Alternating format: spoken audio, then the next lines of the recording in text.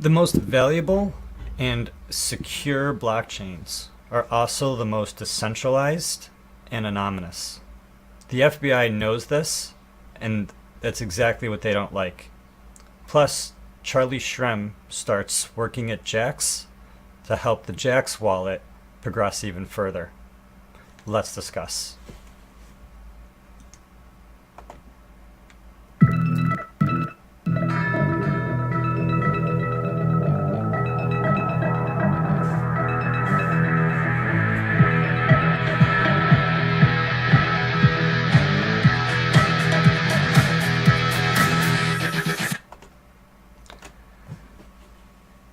Hey everybody, I'm Gary Palmer Jr., you're you, together, welcome to Minting Coins.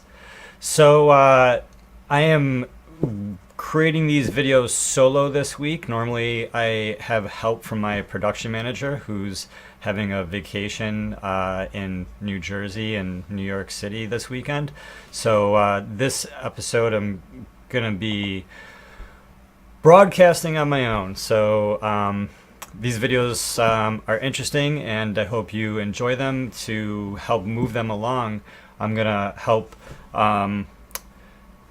make them a little quicker and just try to shoot the news out a little faster to have more brevity and push the videos along. So let me know what you think in the comments below and hit that like button. It really helps, and I appreciate your support. So I think it's important for us to talk about, with all the different blockchains and ICOs that are coming out, there are a lot of questions about where people should, put their money, where they should diversify their Bitcoin. Should they buy Ethereum? Should they buy some latest ICO? I think it's important for everyone to recognize that day trading is risky, and if it's your full-time job, that's one thing. But if you're not dedicating your life to the trading, then you can lose everything, and that's not something that you want for yourself. That's not a position that you want to put yourself or your family in. The best bet, the surefire way for success, proven throughout all of history, is to buy and hold, to buy and hold, to buy, to not sell, to hold. Even if you're not buying, just take that Bitcoin that you have and secure it, forget about it, and it's going to go up, it's going to go down in value, and long term, you're going to succeed. With that being said, if folks are going to diversify, then it's important to recognize that the most valuable and the most secure, the most decentralized blockchains are going to provide the longest term value for your money and for your investment. So something like Bitcoin is very decentralized, and it's very large in terms of the network effect and the amount of people who have access to it, who are using it, who are mining it, who are running Bitcoin nodes. And because it's so decentralized, and because there's so many nodes running for something like Bitcoin or even Ethereum, that's going to be much more secure in terms of protecting your money and potentially your identity long term, because the more centralized information is, the fewer points of attack to attack a system, to attack a computer, the easier it is for private keys or information to be stolen. So with that, let's take a look at the market where we are today and get into the news, because we have what the FBI is saying about Bitcoin and blockchain technology, making it difficult for the FBI to get people's information and know every detail about everyone. And then seeing how there's different technologies that are at the same time pushing forward more decentralization and more anonymous infrastructure for people's investments. So again, let's get into the market and let's discuss. All right, so Bitcoin is just huge. We're looking at 1755 in terms of how much one Bitcoin is worth, and it's been up and down this past week. Ethereum, $89, very solid. And all the coins are, I would say relatively stable in relationship to each other. I recommend that if you're holding any cryptocurrencies, you download the Blockfolio app. And the Blockfolio app is great because it can show you the percentage increases and decreases for your holdings in both US dollars and Bitcoin. If you need help setting that up, feel free to comment below, and we'll see if I can help you with that. Looking into the 7-day,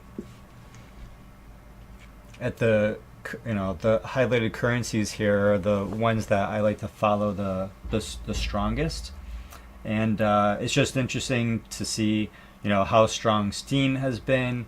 I have noticed that Ripple, even though it's not one of my tokens of value, has been very strong this week. Typically when coins like Ripple and NEM and Steam are strong, then the opposite currencies are down. Opposite currencies would be more the deflationary currencies. You have to recognize that when there's no asterisk here, you see this asterisk, that means that Ripple has the potential to create more supply than what coin market cap is detailing right here.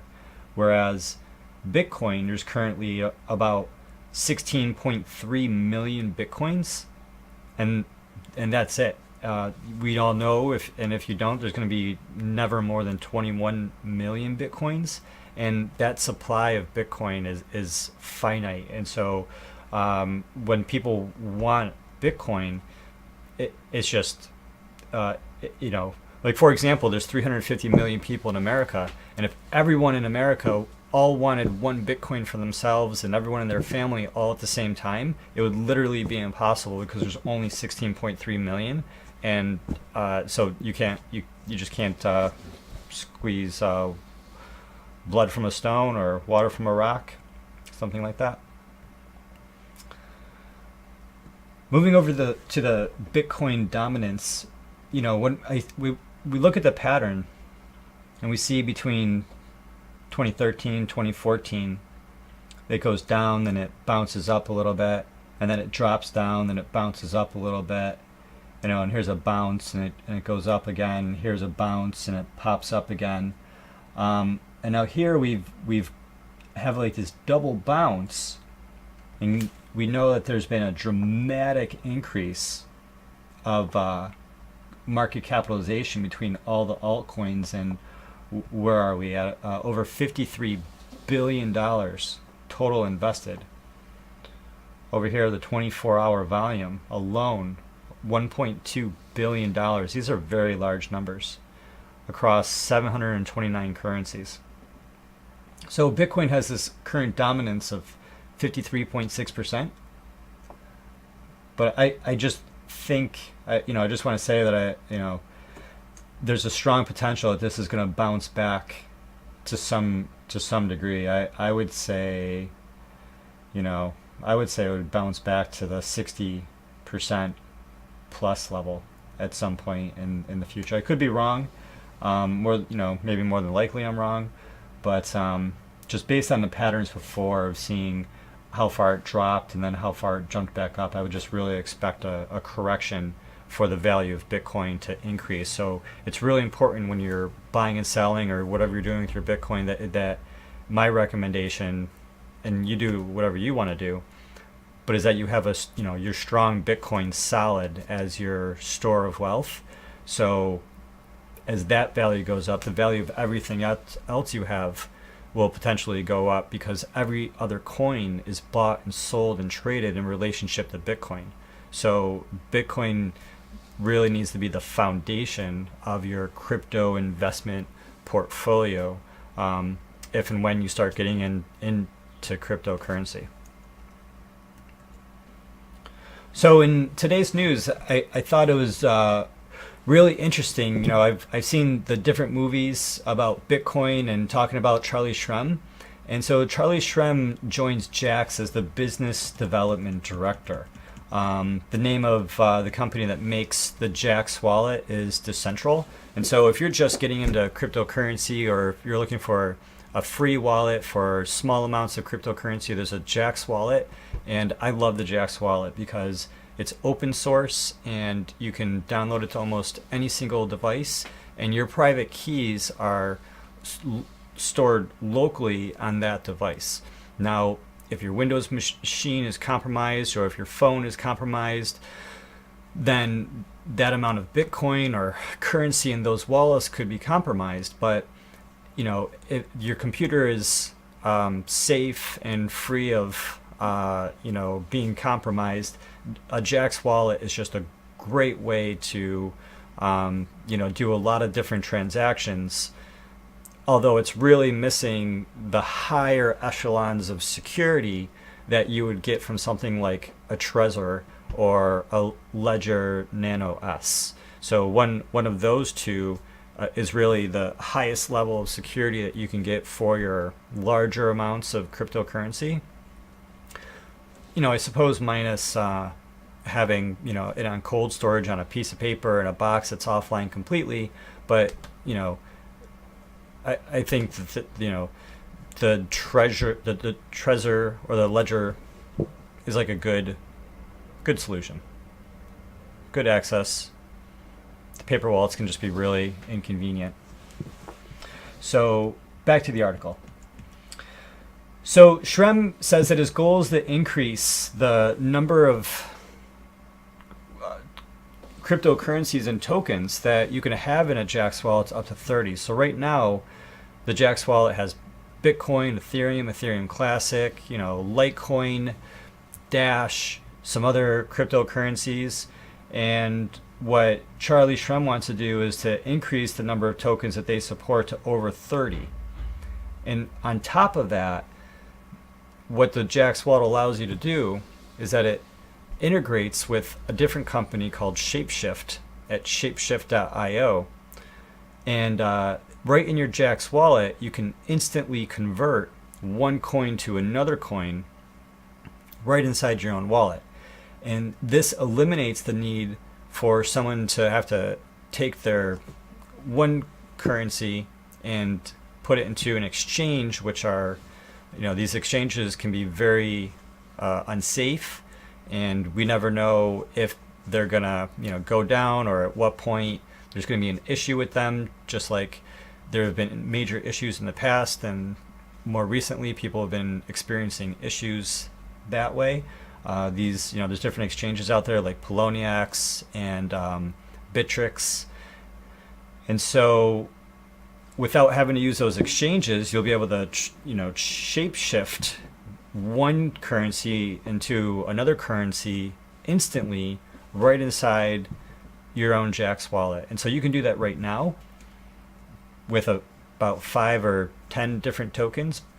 With Charlie Shrem now as the Director of Business Development, he's going to increase that to 30, thus allowing us to remove the reliance on exchanges which are unsafe. But we were talking about integrated with Shapeshift. Eric Voorhees of Ethereum is a big fan of Shapeshift. On the Jax functionality, Shrem states that he's convinced that the multi-platform, multi-asset command center will do for blockchain technology what the browser once did for the internet. So what he's seeing here is a one-stop solution where instead of people accessing information across different computers on the network, people are going to be able to access tokens and cryptocurrencies and interact with smart contracts and blockchains from one secure location where you'll be able to manage the currencies, the assets, and whatever other information. And so there's a competitor here. Similar options like Exodus exist. So competition is always a good thing. So I'm glad that there's other companies out there keeping Jax on their toes. And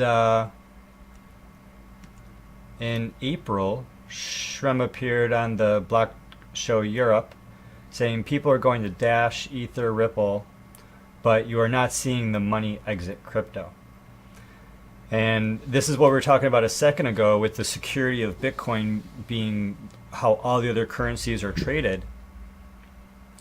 But Bitcoin, as Shrem is saying here, is a reserve currency where you don't see much trading between the different tokens like Dash and US dollars.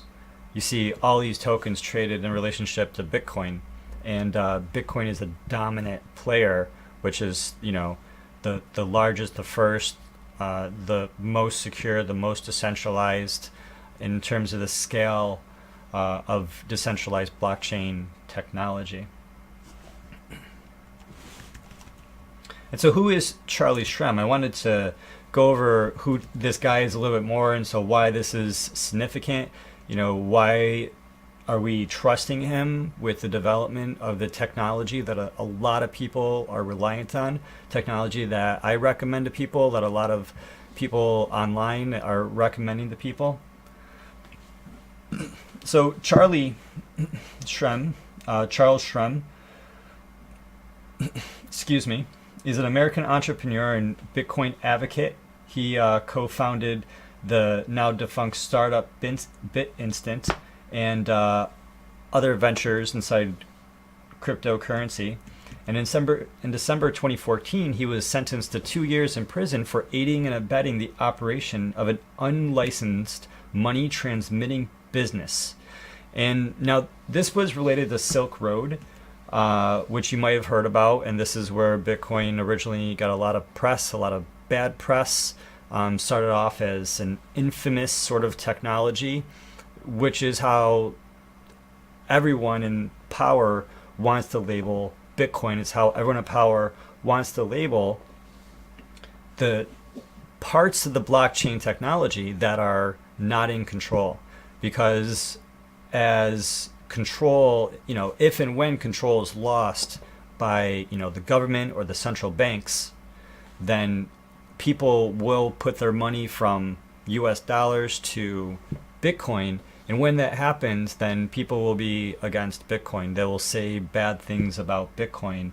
And this was an early example about how they were really trying to destroy Bitcoin and what people thought about it. And, you know, connecting Bitcoin to horrible things like, you know, drugs and terrorism and, you know, all sorts of, you know, fringe, you know, things that do happen in the world.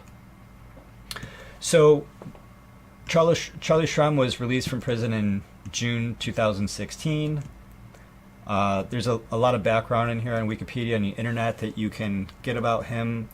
Some of the films that I've seen that mention Charlie Shrem that he was in were Banking on Bitcoin, just released in 2016, and The Rise of Bitcoin from 2014. I'll see if I can put these links in the description, and then you can, you know, take a peek at those. And so, just going over this a little bit more. In March 2014, he defended himself via Skype, saying he didn't knowingly handle the money used for the illegal transactions, and that he felt that the prosecutors were pursuing him out of a fear that Bitcoin could shift the economic power. So Charlie Shrem was saying that, again, that people were attacking him and you know, to put a spotlight on Bitcoin because, you know, Bitcoin, they've failed so far at destroying Bitcoin because there's no single person that controls Bitcoin. There's no single server. There's no single country. The only way to destroy Bitcoin is to turn off the internet across the entire world, or you know, to have significantly more than 51% computer power. Because even if you have 51% computer power, then you still need, you know, a lot of energy and a lot of luck on top of that. It's still really difficult even if you have 51% of the computer power attack. So over here in yellow, he was indicted in April 2014 on accusations of operating an unlicensed money transmitting business, money laundering conspiracy, and also willfully failing to file suspicious activity reports with banking authorities. later in September 2014, he pleaded guilty to a reduced charge of aiding and abetting an unlicensed money transmission, and then ordered to forfeit $950, $950,000, and sentenced to 2 years in prison.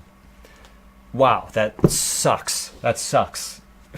I mean, which would you rather lose? $950,000 or 2 years of your life in prison? I mean, this is an and statement, so we lost both. I mean, it's just horrible.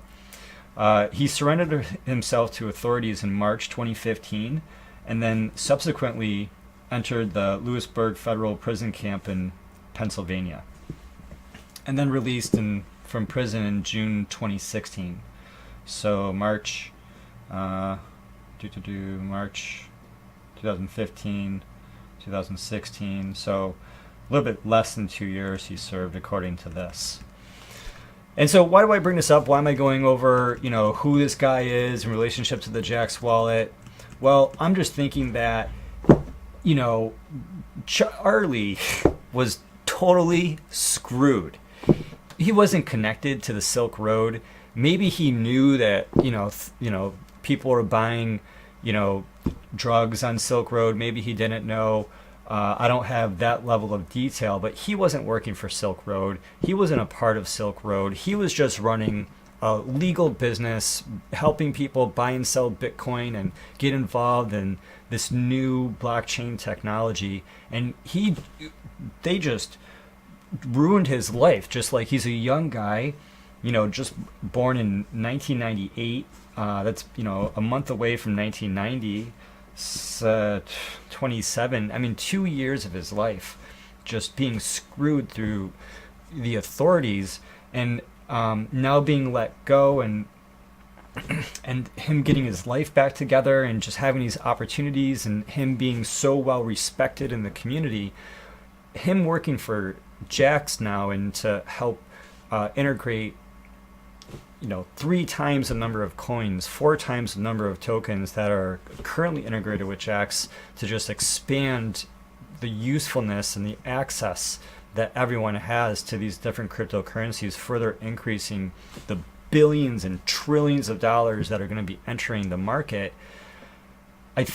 I would think that we're safer with Charlie Shrem helping to direct what's happening, because I don't think, based on Charlie Shrem's background, that he's going to allow more centralization. I think he's going to do what's best in the spirit of the blockchain technology, and keep the blockchain technology and our wallets as decentralized as possible, to help keep blockchain technology secure and valuable for as long as possible. And why is this important? This is important because, as we see here in this Coindesk.com article, that the ex-FBI chief says, who's James Comey, who was just recently fired from his position Tuesday night by President Trump, was just saying how virtual currencies hinder criminal investigations. And so he spoke just May 3rd, just 10 days ago now, and discussing, yes, here's what he said, that in some of their criminal investigations, that they face the challenge of identifying online pedophiles who hide their crimes and identities behind layers of anonymizing technologies. So these are like Tor browsers, and mainly like Tor, like having Tor browser. So if you're running a Tor browser, then you follow the rules of the Tor browser, then you could surf the web and be completely anonymous to who you are on the internet. So people aren't sure who you are or where you're coming from. You can use a combination of a VPN and a Tor browser, and you can hide a lot of who you are and where you're coming from in the world as you're visiting different websites. This could be important for you to know, and it might be a good idea for you to have a Tor browser and a VPN, because you could, then hide, because with your Bitcoin, when you make a Bitcoin transaction, that's not necessarily connected to your identity. But then when you do the Bitcoin transaction with a Tor browser and VPN, then you can also hide where in the world that transaction came from, right? So if you have any questions about that, comment below. But that's what they're talking about, where they're having a challenge identifying online pedophiles. And so just for the record, I hate pedophiles, right? Who doesn't hate pedophiles? Thumbs up if you hate pedophiles. Hit that like button if you hate pedophiles. Pedophiles, are the most horrible people in the world. And, I have children myself, and there's no way under any circumstance or situation whatsoever where that sort of behavior is acceptable. People's privacy is still important.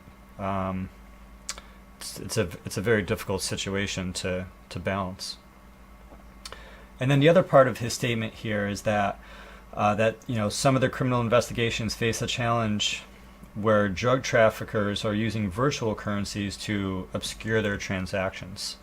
And so they're taking a few cases in horrible situations to justify their desire to be able to intrude on the privacy of every single person in the world at any given time for whatever justification they will ultimately ask for, both who you are on the receiving party, who the other person is on the other end of a transaction, let it be a transaction or a communication. And that's what they want. That's what they're looking for. It's what the government wants. It's what the central banks want. It's what they've always had. It's what they've been building and creating their, for the past 100 years. And that's everything that we had up until 2009, when Bitcoin and blockchain technology came around and completely changed everything. And that's why this is so revolutionary. Some people wonder if this was a time traveler or an alien or just an interdimensional creature. Or just a really smart, 12-year-old that just picked up some old 90s, cryptocurrency forums and, just hacked away some code and just put some things together. So either way, it's pretty revolutionary. But so what they go on to say here is that the hunt for fixes, right? The hunt for fixes, essentially a blockchain killer or a Tor browser killer, which is what they would refer to as a fix, is a time-consuming, expensive, and uncertain process. And at best, their solutions are going to be imperfect, because it is so extremely difficult to get around the technology of a Tor browser and VPN and blockchain technology. And the more decentralized it is, the more extremely difficult exponentially it is to break through the new levels of security and privacy that everyone in the world now has access to with this technology. So even when possible, their methods of cracking into people's privacy, their identity, and their transactions are difficult to scale across investigations, perishable due to a short technical life cycle before counter systems, fix those loopholes, or a consequence of disclosure through legal proceedings, which then people could change their behavior or the technology to counter, the vulnerabilities that the public then knows that the authorities or whoever is then using against the blockchain technology. And this isn't just the FBI. This is two leading law enforcement bodies in the European Union publishing statements, which acknowledge the same thing, that the technology is making it hard to follow money during the investigations. And this is the United States, this is Europe, this is Russia, this is Australia. These are a lot of different places all across the world who are countries, who are looking to control, looking to regulate, looking to really get a handle around the Bitcoin and blockchain technology, because it's really only a matter of time before the currency decreases or the value of the Bitcoin increases. It's just a simple fact that the fiat money is inflationary and is worth 2.4% less now than it was from 12 months ago, at least if you're in the United States, where Bitcoin has accelerated exponentially in value. Very, very interesting. So it is a lot to consider. It's a lot to talk about. If you haven't had a chance to get a Jaxx wallet, I recommend that you download a Jaxx wallet and you try that for yourself. Let me know what you think about Jaxx. Let me know what you think about Charlie Shrem starting to help facilitate the business development with Decentral at the Jaxx wallet. And yeah, just walk away just thinking about Bitcoin and thinking about the decentralization, and just knowing that the more decentralized the technology is, the more secure it's going to be for you and for the people in the network who are using that currency with you. So with that being said, thanks for showing up. Thanks for joining with me today. I'm super excited to bring these videos to you. I don't think I really accomplished my goal of keeping the videos short, but we did go over a lot of information. If you stuck through the whole video, then comment below. Let me know what you think about all this information, and feel free to, comment anything you want, and hit that like button. So with that, subscribe. Thanks for hanging out, and we will talk again soon.